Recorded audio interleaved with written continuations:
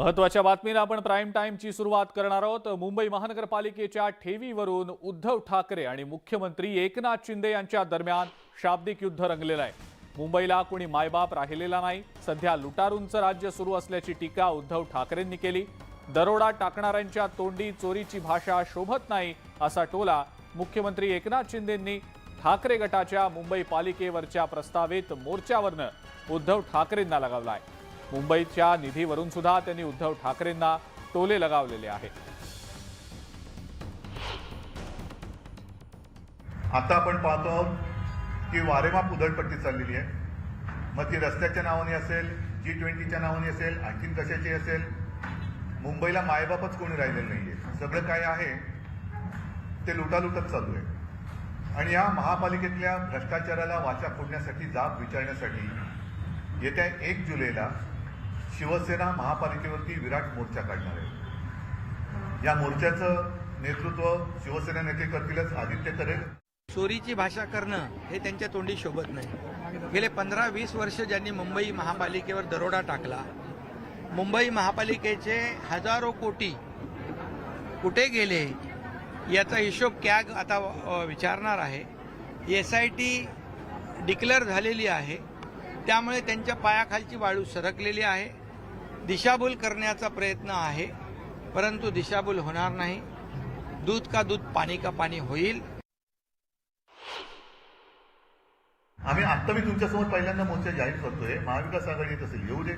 आम्ही जे मुंबई प्रेमी आहेत आणि ही लूट काय होते, मला असं वाटते की 92,000 कोटीच्या ठेवी, या देशातली सगळ्यात ही मोठी महापालिका आहे जिच्या एवढ्या ठेवी मोठ्या कष्टाने, या मुंबईकरांचा पैसा आहे, कष्टाचा पैसा आहे, तो हे लुटताय।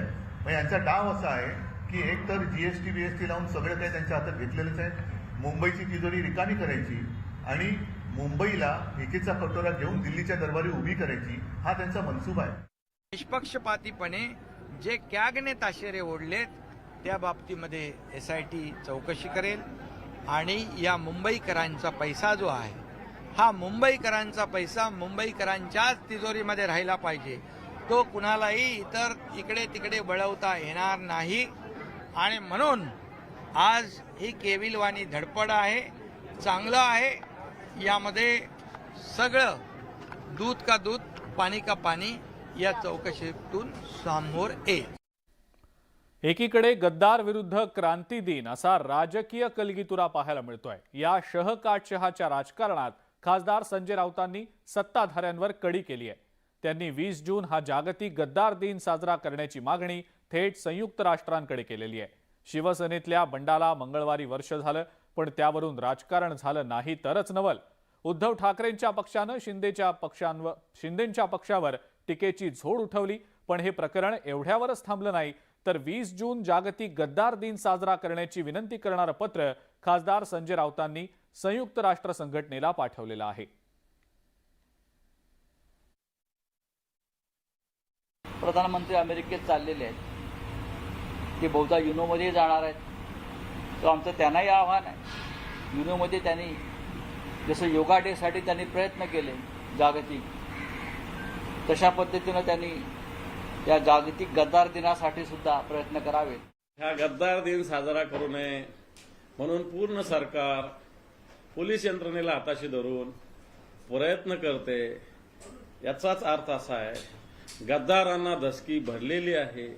महाराष्ट्रातील जनतेच्या मनात जो संदेश पाठवायचा तो आम्ही या निमित्तानं पाठवलेला आहे।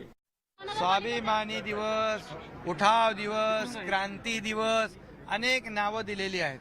कारण ही क्रांती आणि उठाव करायला देखील वाघाचं काळीज लागतं, हे मी काल म्हटलेलं आहे। त्यामुळे आज आपण चांगलं बोलूया आणि 30 तारखेला आपला शिक्कामोर्तब झालेला आहे, तेव्हाही आपण चांगलं बोलूया। आणि म्हणून मी तुम्हाला सगळ्यांना शुभेच्छा देतो। 27 जुलै ज्या दिवशी उद्धव ठाकरेचा जन्म झाला, त्या दिवशी देशद्रोही दिवस म्हणून साजरा करण्यात यावा। राष्ट्रवादी काँग्रेसचे प्रदेशाध्यक्ष जयंत पाटील हे भाजपच्या वाटेवर असल्याचा अत्यंत मोठा दावा शिवसेनेचे नेते संजय शिरसाटांनी केलाय। जयंत पाटलांची राष्ट्रवादीमध्ये घुसमट होत असून ते अस्वस्थ असल्याचा दावा शिरसाट यांनी केला. दुसरीकडे शरद पवारांनी राष्ट्रवादी अध्यक्षपदाचा राजीनामा दिल्यानंतर जयंत पाटील भाऊक झाले होते. मात्र जयंत पाटील तेव्हा नाटक करत होते असं वक्तव्य संजय शिरसाट यांनी केलंय. राष्ट्रवादीचा जन्मच मुळात गद्दारीतनं झालेला आहे अशी बोचरी टीका सुद्धा शिरसाट यांनी केलेली आहे. शिरसाट यांच्या आरोपांवर जयंत पाटलांनी सुद्धा खास शैलीत उत्तर देत थेट शिरसाट यांच्या विश्वासार्हतेवरच सवाल उपस्थित केलेला आहे. आता राष्ट्रवादीमध्ये घुसमट होते, त्यांनाही कुठेतरी बाहेर पडायचं आहे. कारण की राष्ट्रवादीमध्ये जबरदस्त जे काही आहेत नेतृत्व जे आहे एक, ज्याला अख्खी राष्ट्रवादी घाबरते,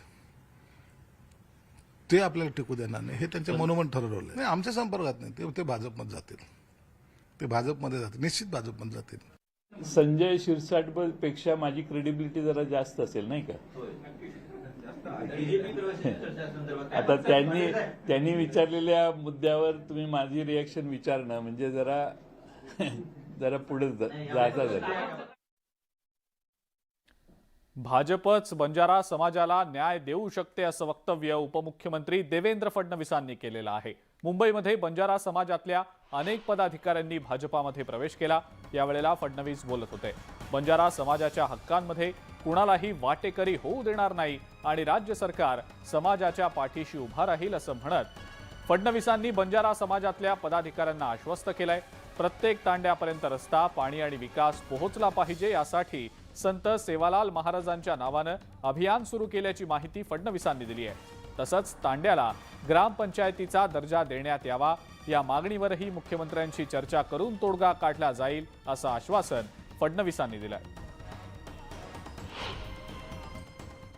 समाजाकरता लढण्याचं काम केलंय, समाजाला वाचवण्याचं काम केलंय आणि म्हणून आपल्याला देखील आता समाजाच्या पाठीशी भक्कमपणे उभं राहून तेच जुनं जे तेज समाजाचं आहे ते समाजामध्ये पुन्हा परत आणायचं आहे. आणि मी तुम्हाला आश्वस्त करतो, या संपूर्ण कामामध्ये महाराष्ट्राचं सरकार पूर्ण ताकदीने तुमच्या पाठीशी उभं राहील. बेघर राहू नये हा प्रयत्न आपण केला पाहिजे. आपण संत सेवालाल महाराजांच्या नावाने तांडा रस्ता जोड अभियान सुरू केलेलं आहे. प्रत्येक तांड्यापर्यंत रस्ता घेऊन जायचा आहे. त्या ठिकाणी पिण्याचं पाणी असेल, तिथला विकास असेल आपल्याला करायचा आहे. आणि तुमची मागणी जी आहे की तांड्याला ग्रामपंचायतीचा दर्जा दिला पाहिजे, निश्चितपणे गिरीश भाऊ आपण या संदर्भात पुढाकार घेऊ, मुख्यमंत्र्यांशी चर्चा करू आणि यातनं देखील मार्ग काढण्याचा प्रयत्न हा आपण करू. त्या ठिकाणी वेगवेगळ्या विकासाच्या योजना राबवल्या आणि आता त्याचा दुसरा टप्पा 500 कोटी रुपये आपण त्या ठिकाणी दिले. मुख्यमंत्री एकनाथराव शिंदे असतील, मी असेल, आम्ही सातत्याने हे जे आपलं अक्षरशः ज्याला आपण काशी म्हणू बंजारा समाजाची, त्याच्या विकासाकरता, तिथल्या आसपासच्या गावांच्या विकासाकरता, मग तिथे रेल्वे आणण्यापासनं हायवे आणण्यापासनं सगळ्या गोष्टी आपण त्या ठिकाणी करतो. मीरा रोडमध्ये आमदारांची दबंगगिरी पाहायला मिळालेली आहे. अनधिकृत बांधकाम तोडायला गेलेल्या पालिका अभियंत्याला मारहाण करण्यात आलेली आहे.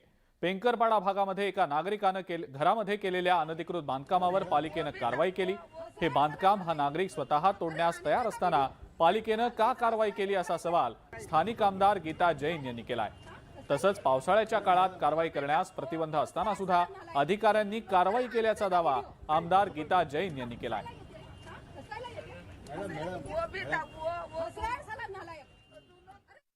यांनी बिल्डरची सुपारी घेऊन ते पूर्ण घर जेसीबीनी तोडायला घेतलं. आणि जेव्हा मी विचारलं की हे जीआर असताना तुम्ही असं का केलं, तेव्हा त्यांनी सांगितलं, म्हणजे महिला मला त्यांचं दुःख सांगत होती, हे बघा माझा बाळाला लागला, मला केश खिचले, माझला असं लागलं, तरी तो माणूस उभा उभा हसत आहे. म्हणजे एखाद्या रडता माणसाला आपण पाणी देऊन सांत्वना देत असतो, हा तिथे राक्षस सारखा उभा होऊन हसतोय. मग एखाद्या दुःखी महिलांना रडत बघून आणि त्यावर कुणाला हसता बघून माझ्याशी ते सहन झालं नाही. जो आज मार खाल्ला तो त्याचा हस्तक आहे आणि तो सोनी एवढ्या ह्यांना जनतेच्या फक्त लूटमाराचीच फक्त पैशावर डोळा आहे. बाकी दुसरा काही कामं करायची इच्छा नाही. बेकायदेशीर बांधकामांना आशीर्वाद ह्यांचाच आहे. मला वाटतं कृत्य केलेलं समर्थन मी करणार नाही. एमपीएससी परीक्षेमध्ये राज्यामध्ये तिसरी आलेल्या 26 वर्षीय दर्शना पवार हिचा संशयास्पद मृत्यू झालाय. राजगडाच्या पायथ्याशी कुजलेल्या अवस्थेत तिचा मृतदेह सापडलेला होता. या प्रकरणामध्ये नवी माहिती समोर आलेली आहे. पोस्टमॉर्टम रिपोर्टमधून तिचा खून झाल्याचा अहवाल प्राप्त झालाय. दर्शना पवारच्या डोक्यात आणि संपूर्ण शरीरावर मारहाणीच्या जखमा आढळलेल्या आहेत. यानंतर पुणे ग्रामीण पोलिसांनी अज्ञात आरोपीच्या विरोधात खुनाचा गुन्हा दाखल केलेला आहे. तसंच या संपूर्ण प्रकरणाच्या तपासासाठी पुणे ग्रामीण पोलिसांची 5 पथकं तयार करण्यात आलेली आहेत. या प्रकरणी पोलिसांचा राहुलवर संशय आहे. राजगडच्या पायथ्याशी गुंजोने गावामध्ये एका अज्ञात महिलेचा मृतदेह पोलिसांना मिळून आला. त्याची ओळख पटवण्यामध्ये पोलिसांना यश आलेलं आहे आणि हा मृतदेह दर्शना पवार या युवतीचा असल्याचे निष्पन्न झालेलं आहे. पोस्टमॉर्टमच्या अहवालानंतर या मिसिंगबाबत गुन्हा दाखल करण्यात आलेला आहे. नाशिकच्या पहिने या पर्यटन स्थळी एक धक्कादायक बाब घडल्याचं समोर आलेलं आहे. त्र्यंबकेश्वर जवळ असलेल्या पहिने इथल्या सर्वहरा परिवर्तन केंद्रात हा धक्कादायक प्रकार घडलेला आहे. पर्यटकांसमोर बळजबरीनं वसतिगृहातल्या मुलींना नाचवण्यात आलेला आहे. संतप्त पालकांच्या तक्रारीवरून वाडीवरे पोलीस ठाण्यामध्ये गुन्हा दाखल करण्यात आल्यानं खळबळ माजली आहे. हे संतापजनक प्रकरण आहे तरी काय, पाहूयात या संदर्भातला हा स्पेशल रिपोर्ट. हे दृश्य आहे नाशिक जिल्ह्याच्या पाहिणे परिसरातील G7 नेचर पार्क हॉटेलच्या आवारातलं. शेकोटी भोवती फेर धरून नृत्य करणाऱ्या अल्पवयीन मुली या हॉटेल लगत असलेल्या सर्वहारा या परिवर्तन केंद्रातल्या विद्यार्थिनी आहेत. इच्छा नसतानाही त्या मुलींना इथं नृत्य करावं लागलं होतं. G7 नेचर पार्क हॉटेलमध्ये काजवा महोत्सव सुरू आहे. त्यामुळे या हॉटेलात पर्यटकांची गर्दी आहे. काजवा महोत्सव पाहण्याकरता आलेल्या पर्यटकांचं मनोरंजन करण्याकरता सर्वहारा परिवर्तन केंद्रातील मुलींना चक्क नृत्य करायला भाग पाडलंय. या प्रकरणी पोलिसांनी गुन्हा दाखल केलाय. त्या मुलींना जबरदस्तीनं डान्स करायला लावला आणि डान्स केला नाही तर छडीने मारहाण केली अशी तक्रार त्यातील एका मुलीच्या पालकांनी वाडीवरे पोलीस स्टेशनला दाखल केली होती. आणि त्यानुसार ज्युव्हेनाइल जस्टिस ॲक्ट कलम 75 आणि ॲट्रॉसिटी ॲक्टनुसार गुन्हा दाखल केलेला आहे आणि तपास चालू आहे. पोलिसांनी गुन्हा दाखल केल्यानंतरही सर्वहारा परिवर्तन संस्थेला त्याचं गांभीर्य नाही. आता या संस्थेकडून परिस्थिती सावरण्याचा प्रयत्न केला जातोय. आम्ही इथे उपलब्ध होतो त्यामुळे मुलींना सांगितलं, त्यांनी ते करून दाखवलं. आम्ही आमचा अट्टहास नाही, त्यांच्या स्वइच्छेने त्या मुलींनी ते केलेलं आहे. ही घटना उघडकीस आल्यावर पालकांनी सर्वहारा परिवर्तन केंद्रातून आपल्या मुलींना काढून घ्यायला सुरुवात केली आहे. सर्वहारा केंद्राकडून इथं इंग्रजी माध्यमाची शाळा चालवली जाते. या शाळेला सरकारी अनुदान नाही. शाळेनं यंदापासून वसतिगृह सुरू केलंय. शैक्षणिक वर्ष सुरू होण्यापूर्वी 15 दिवस आधीच शाळेनं विद्यार्थिनींना संगणक प्रशिक्षणाच्या नावाखाली वसतिगृहात बोलवून घेतलं होतं. मात्र त्यांना संगणक प्रशिक्षण काही देण्यात आलं नाही. या पार्श्वभूमीवर या सगळ्या प्रकरणाची सखोल चौकशी करण्याची मागणी केली जाते. व्हिडिओ जर्नलिस्ट हेमंत बागुलसह लक्ष्मण घाटोळ आणि bureau report, news 18 Lokmat, Nashik. अयोध्येतल्या राम मंदिरातल्या प्राणप्रतिष्ठेची तारीख समोर आलेली आहे. 15 जानेवारी 2024 ते 24 जानेवारी 2024च्या दरम्यान राम मंदिरात श्रीरामाच्या मूर्तीची प्रतिष्ठापना होऊ शकते. राम मंदिर निर्माण समितीचे अध्यक्ष नृपेंद्र मिश्रा यांनी याबाबत माध्यमांना माहिती दिलेली आहे. प्राणप्रतिष्ठेच्या शेवटच्या दिवशी पंतप्रधान नरेंद्र मोदी यांना निमंत्रण पाठवलं जाईल असं मिश्रा यांनी सांगितलं.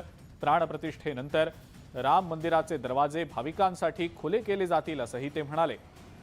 24 ते 25 जानेवारी 2024 पर्यंत सर्वसामान्य भाविकांना मंदिरात दर्शन घेता येणार आहे. उद्या जागतिक योग दिन आहे आणि या योग दिनाच्या निमित्तानं जगभरात उपक्रम राबवले जात आहेत. ओमान देशातल्या भारतीय मिशननं योगाचा प्रसार होण्यासाठी एक व्हिडिओ तयार केलाय। यात ओमानमधले भारतीय नागरिक ओमानमधल्या विविध पर्यटन स्थळांवर योगा करताना दिसतायत। यासाठी ओमानमधला भारतीय दूतावास आणि ओमानी पर्यटन मंत्रालयानं पुढाकार घेतलाय। विशेष म्हणजे एखाद्या परदेशी सरकारनं आपल्या देशात पर्यटनाला चालना देण्यासाठी योगचा वापर केल्याची ही पहिलीच वेळ आहे।